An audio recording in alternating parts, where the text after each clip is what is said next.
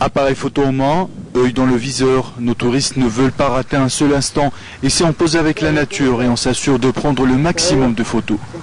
J'ai pas cru que l'endroit soit comme ça.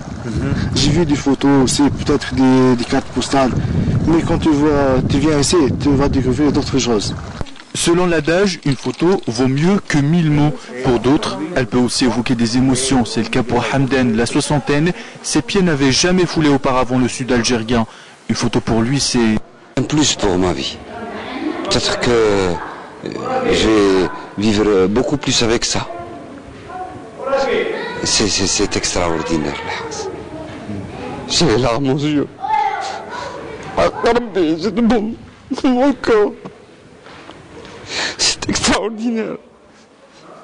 On a failli rater. J'ai 60 ans. C'est pas tous les jours. Alhamdoulilah Rabbi. C'est indescriptible. Ah ouais. À chaque fois que je vois un site, alors là, je ne sais pas, tout ça existe. On observe avec des vitrages, de l'aluminium, du béton, ailleurs, dans les pays voisins, mais le naturel, on l'a fui. Le naturel, Fatima va le chercher au monde de la Scrème, dans ce paysage arraché à la lune. Ici, les lumières sont différentes et chaque photo a sa propre valeur. C'est un souvenir, ça me rappelle les impressions, les sensations qu'on a vécues. Hein. Et voilà une autre photo qui s'ajoute aux milliers de photos prises chaque jour par nos touristes.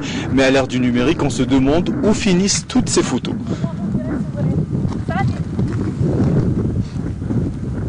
Chez les photographes de Taman Rasset, pas si sûr. Il y a quelques années, les touristes venaient encore développer leurs photos ici même, nous explique ce photographe. Mais avec l'avènement du numérique, on développe de moins en moins. On vient ici surtout pour acheter des batteries pour les appareils photos et des cartes mémoire. Et bien toutes ces photos, ou la plupart, sont aujourd'hui partagées sur les réseaux sociaux, notamment sur Facebook. Entre-temps, l'aventure continue dans le Tassil du Hogar.